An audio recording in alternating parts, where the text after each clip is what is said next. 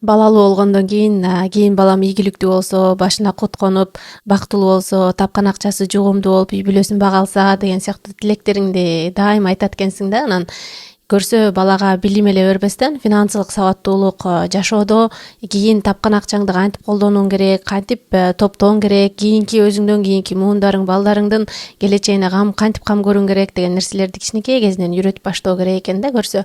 Себеби азыркы мээ доктурлар айтып коюп атат го, баланын кичинекей кезинде 5 жашка чейин өзгөчө баланын мээси абдан жумшак, ийкемдүү болот. Анан үйрөтө турчу адаттарыңар болсо ошол кезде үйрөттүрүп калыптандырып койсоңор, кийин кадимкидей, мисалы кенедей кезинде сууга сүзгөндү үйрөтүп койсоң, анысы да чоңойгондо да кантип үйрөнүп алганын билбей өзү эле сууга сүзө берет деген сыяктуу. Ошо финансылык сабаттуулук сыяктуу нерселерди, ошон финансылык сабаттуулук десе эле сөзсүз акча эсептөө эмес, мындай акча менен курган мамилени дагы жакшы бир адаттарга айлантып үйрөтүп койсоң, көрсө кийин өмүр бою ошол нерселерди жасап калат экен да. Анан бүгүн ден сак мамиледе биздин балдарыбызга азыр канча жашта болсо болбосун финансылык сабаттуулукту кантип үйрөтүп койсок болот деген сыяктуу бир 5 кеңешимди айтып берем. Мен өзүм акыркы 10 жылдан бери финанс адисимин. Жакында эле психология багытында окуйм деп Гарвард университетине магистратурага тапшырдым. Азыр сабактарым башталды. Анан негизги максатым ушул ден сак мамилени эмоционалдык, моралдык жетилүүгө эле эмес, финансылык сабаттуулукту дагы айтып берейин деген максатым бар. Анда эмесе кеттик. Биринчи, балдарга тыйын жана кагаз акчалардын наркын үйрөтүү да. Азыр дагы көбүнчө мындай карточкалар менен, банктагы карталар менен төлөп койгон үчүн пыйкатырып эле басып коебуз. Мисалы дүкөндөргө барып, ошон үчүн мындай канча акча короп атканы белгисиз болуп калды. Бирок канчалык азыр биз ушундай санарип дүйнөсүндө жашап атсак дагы, балдарга тыйындарды, ошол эле 5 сомдук, 10 сомдук тыйындарды алып келип, анан 20 сом, 50 сом, 100 сом деген кадимки эле кагаз акчалардын баарын алып келип, анан бирден ошону балдарга кичинекей кезинде, мисалы окуганды үйрөнүп аткан балага, санаганды үйрөнүп аткан балага ошо акчанын наркын да үйрөтүп баштаган аябай маанилүү экен да. Мисалы бул 5 сомдук, бул 5 сомдуктан 4-өн койсок 20 сом болот. Мисалы 20 сомдон 2 40 сом болот деген сыяктуу. Мисалы 50 сомдуктан 2 100 сом болот деген сыяктуу. Мындай акчаларды кадимкидей алып эле мындай балдар менен тапшырма жасап ойнойбуз го. Ошо сыяктуу эле мисалы бир жөнөкөй бир оюн катары, бир маңыздуу, бир жеңил бир нерсе катары эле, тапшырма катары эле ойноп ата-эне үйрөтсө болот экен да. Эгерде ата-эне бала кичинекей кезинен ошол акчанын 5 сом ушул, 10 сом ушул, 20 сом ушул, 100 сом ушул, анан 1000 сом ушул деген нерселерди билсе, анан бул акча менен мамилесине дагы аябай чоң таасир берет дейт да. Андан сырткары дагы акчаны жөн эле үйрөтүп койбостон, мисалы 5 сомго эмне келет, 10 сомго эмне келет, мисалы 10 сомго барганда 50 сом чоңураак, 50 сомго барганда 100 сом чоңураак деп акчанын баалуулуктарында, чоң кичинелик жана иерархияларында үйрөткөн дагы балага аябай пайдалуу дейт да. Демек ошол нерсе менен жөн эле мисалы акчаны чачып отурбай, мисалы эгер бала 100 сомго эмне келе турганын биле турган болсо, демек 1000 сомго эмне келе турганын дагы божомолдоп билип, анан акча менен мамиле куруп атканда дагы ошо акчанын баалуулугун билгени дагы аябай кийин мындай тапкан акчасынын баарын чачып коротпой, кадимкидей акчанын баркын, буга эмне келет деген нерсени билгени, кенедей кезинен билип мээсине отуруп калганы аябай пайдалуу болот дейт да. Муну окумуштуулар ошо балдардын психологиясын анализдеген, ушундай балдарга акчаны кантип тааныштырып, акча негизи эле акча коротуу түшүнүүн балдарга кантип тааныштырып башташ керек деген окумуштуулар дагы, психологдор дагы ушул кеңештерди аябай айтышат экен да. Андан кийин экинчиси күнүмдүк акча берүү да. Күндө мисалы балаңар кичинекей, азыр баарыбыз эле акча беребиз да балагачы. Азыр мисалы биздин балабыз бакчага барган үчүн акча бербейбиз, бирок мектепке барып баштагандан кийин дагы ошол жерден бир нерсе сатып баштайт да, анан акча берип баштайбыз да. Анан ошол күнүмдүк акча берип атканда дагы буну эмнеге коротосуң, канча коротосуң деп, анан өзгөчө чоңураак балдар болсо дагы бир балаңардын бир күндө барып мектепке барып келе турган болсо канча акча коротору, тамактар ал жерде канча сом, же балким кошумча бир нерсе ала турган болсо алар канча турат билесиңер да, ошого жараша өлчөп акча берип, анан баланы көзөмөлдөп, анан акча коротконго дагы багыт берген дагы аябай маанилүү дейт да. Анан бул жерге мен өзүмдүн жеке бир жакшы бир мисалымды да айта кетейин. Мен айылдан 5 класска чейин окуп, анан 6 класстан баштап Караколдо Токтогул лицейине оку деп, анан үйдөгүлөр мени мындай орусча үйрөнсүн, бир аз жакшыраак билим алсын деп которушкан да. Анан ошондо студент эжелерим менен Каракол шаарында жашайт элем. Анан мага азыркыдай акылуу телефондор да жок, анан азыркыдай айылдан шаарга такай күндө каттаган маршрутка да жок. Анан бир жумада бир эле үйгө келип кетчүмүн да, дем алыштарда. Анан мага бир жумага жете турган акча беришчи да, жума сайынчы. Анан ошол жума сайын акчаны бергенден кийин анан Айсулуу эми жумасына жеткизип коротконго аракет кыл деп алгачкы жумаларда мамам айтып калчу. Анан бирок ошол акчамды кадимкидей ошо 5 күнгө чейин, эң акыркысы мисалы жаңылбасам ал кезде мындай жана айылга кеткен таксилер 10 сом болчу, 15 сом болчу, анан 20 сом болуп көтөрүлгөн. Мен 2008-жылы окууну бүтүп атканда канча сом экенин билбейт экенмин, бирок ошо айдын жуманын аягында 15-20 сом таксиге түшүп кеткенге, автобус деген да жок болчу, биздин айылга каттаган таксилер эле бар болчу да. Ошо таксиге түшүп кеткенге акча базардан, Караколдо базардан түшүп кетчүмүн, ошого акча алып коюп, анан калган акчаларымды мындай иреттеп күнүнө ушуну коротушум керек экен деп кадимкидей өзүмдүн акчамды бөлүштүрүп баштагам да. Анан көрсө мага ошо үй бүлөмдүн өзгөчө мамамдын ошондо бир жумалык акча берип коюп, анан кайра келгенде акчаңды эмне кылдың, эмнеси эмне деп мени да такалап сурачу эмес, кадимкидей ошондой ишенич бергени, мага ишенгени, мага багыт бергени аябай чоң жардам болуптур да. Себеби кийин университетте окуп атканымда дагы иштеп баштадым, чыныгы айлык алып иштеп баштадым. Андан кийин университет бүткөндөн кийин да өзүмдүн карьерамды куруп ошондо айлык алып, такай айлык алып иштеп баштадым. Анан ошондо дагы ошол айлыктарымды дагы туура колдонгонго, бир бөлүгүн чогултканга, бир бөлүгүн үйдөгүлөргө жардам бергенге, анан бир бөлүгүн өзүмө коротконго, ушундай кадимкидей акчаны туура башкарып, мындай акчасы жок карайлап калган сыяктуу күндөрүм көп болгон жок да. Себеби алдын ала ошого жараша канча акчам бар, ошого жараша жашайын деген нерсени ошо кененей кезимден мага үй бүлөмдүн ошондой жумалык акча берип коюп, анан ошонун негизинде мага мындай ишенич берип коюп, анан ошол аябай көрсө чоң сабак болуптур да. Анан менин эле мисалым аркылуу ошо балдарга ошондой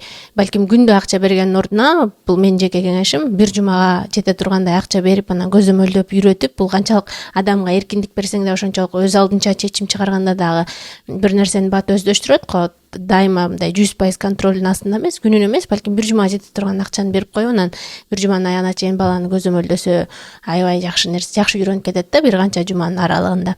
Анан албетте алгачкы жумаларда баланы урушуп үйбөгөн абдан маанилүү, мындай түшүндүрүп айтканга аракет кылыш керек да.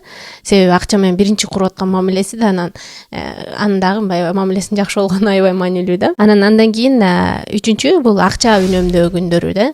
Мисалы кичинекей балдарга кичинекей кезинен эле акчанын бир бөлүгүн, ошол жумасына берген акчанын бир бөлүгүн, же болбосо бизде дагы чоңдор балдарга көп акча беришет го, бирөө сүйүнчү болгондо, же болбосо үйгө коноктор келгенде, же көчөдөн кетип барат туугандарыңа кезип калсаң деле акча бермебиз бар го, бир 100 сом 200 сом болсо да кармата коебуз го. Ошол сыяктуу мен мороженое, балмуздак сатып че деген сыяктуучу. Анан ошондой акчалардын баардыгы келгенде, мисалы чоң эне чоң атасына барганда, мисалы мен энем атам пенсия алганда дайыма беришчү да мага акча.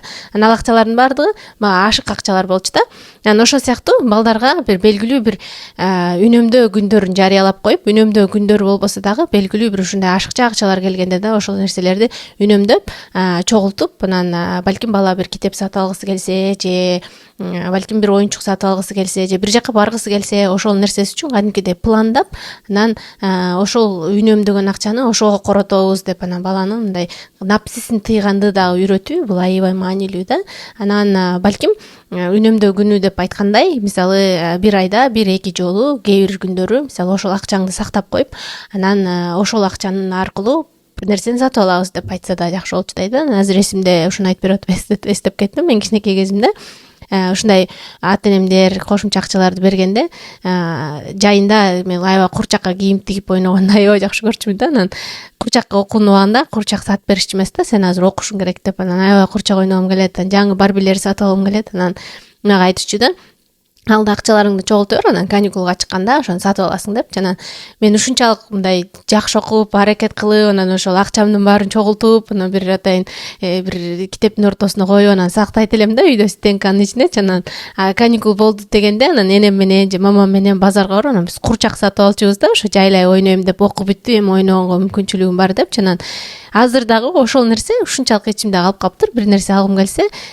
кадимкидей пландаштырып, анан ошол нерсени күтүп, анан могу ушул нерсе балким бир планым бар болсо, ошол нерсеге ошону аткарылгандан кийин бир чакан бир жетишкендигим болгондо өзүмдү куттуктап анан сатып берейин деп бара эле ала калбайчы. Ушундай сыяктуу жакшы бир мындай напсимди тыйганга, анан ошол эле учурда бир нерсе сатып алам дегенге алдын ала акчаны топтоп пландап иштеткенге мындай коротконго жакшы бир өбөлгө түзүп бериптир да ошол адат. Анан эгер азыр балдарыңар менен акча чогултпаган болсоңор, ушул нерсени да баштасаңар болот. Биз Инстаграмдан дал ушул балдарга финансылык сабаттуулукту үйрөтүү деген темада биз пост жазып бөлүшкөнүбүздө Балаком KG деген баракчабыз бар. Жолдошум Арстан экөөбүз биз азыр балдарга арнап дүйнөлүк сапатта кыргыз тилдүү китептер чыгарып атабыз. Анан ошол китеп эле чыгарып бербестен ошол баракчада көп сонун маалыматтар бөлүшөбүз. Анан ошол жерде ушул финансылык сабаттуулук жөнүндө жазып бөлүшкөнүбүздө ата-энелер менин балдарымдын кадимки копилкасы бар деп аябай көп кат келгенде аябай кубанганбыз да.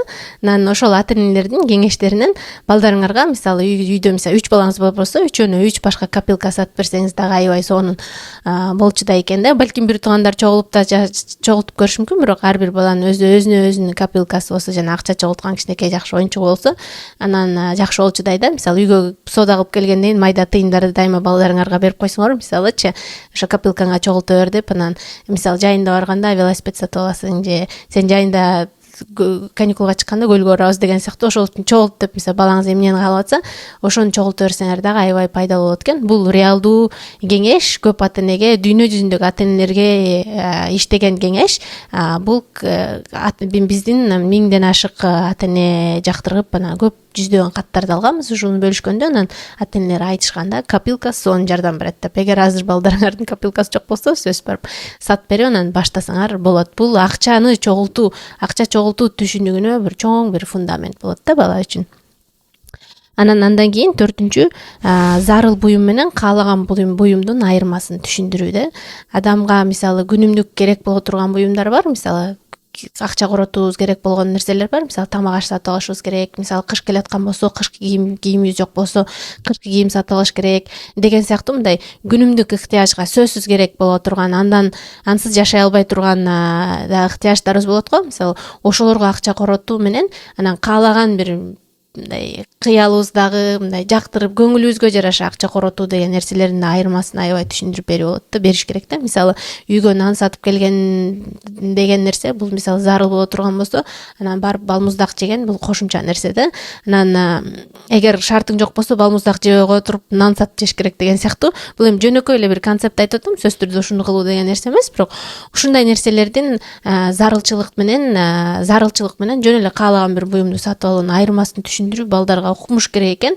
Мен буга чейин дагы 3-4 финансылык сабаттуулук боюнча 3-4 видео бөлүштүм эле. Ошол убактарда жүздөгөн комментарийлер келиптир. Аны бир аз көз жүгүртүп көрсөм, көпчүлүгүндө замандаштарыбыздын ошо акчаны коротууда өзүнүн напсисин тыя албай калган убактары аябай көп болот экен да. Өзгөчө айымдарда жазышыптыр. Мисалы кереги жок болсо да кийимдерди аябай көп сатып алам деп. Анан демек кичинекей кезинде балага мисалы дүкөнгө киргенде, бул жерде бир принцессанын көйнөгүн сатып алгысы келип атса, кызыңыз бирок кышкы курткасы жок боло турган болсо, чапаны мисалы азыр сен чапаның жок да, чапан сатып алалы, анан дагы акчабыз болгондо же болбосо белгилүү бир сумманы чогултканда, жанагы ошо буга чейинки 3-үнчү тепкичте айткандай, балким акчаң үнөңдөсөң анан ушул келип көйнөктү сатып алабыз деген сыяктуу бир келишимдерге келген дагы аябай жакшы да.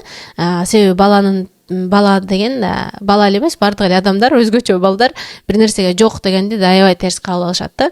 Жок, бүттү, болбойт, жарабайт, мен сага алып бербейм дегендин ордуна мындай бартер менен, келишим менен келсең, бала кадимкидей жумшап, ошол жерден да дүкөндүн ичинен чыр салбай, кадимкидей андан сырткары эң маанилүүсү да мага алып бербей койду деп таарынып калбай, анан кадимкидей түшүнүп калат да.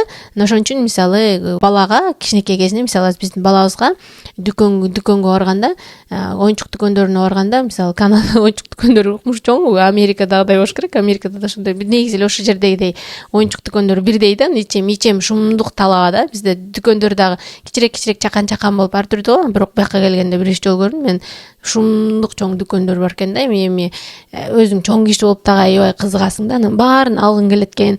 Кичинекей кезиңде андай оюнчуктарың жок болчу да. Чоң киши болуп да аябай кызыгат экенсиң да. Ушундайларым болгондо деп анан балдардын кээ бир оюнчуктары аябай кызыктуу болот экен. Чоңдорду ойногусу келет да. Анан ансыңары анан өзгөчө ата эне болгондон кийин балаңа дайыма жакшы бир нерсе алып бергиң келет да. Жакшысын балаңа тапкан ташыңнын баарын эле балаңа чаптагың келет экен да. Мисалы менде ошондой сезим болуп, балам жаңы төрөлгөндө аябай көп кийим сатып бергим келип, оюнчук сатып бергим келип ушундай боло берчү да.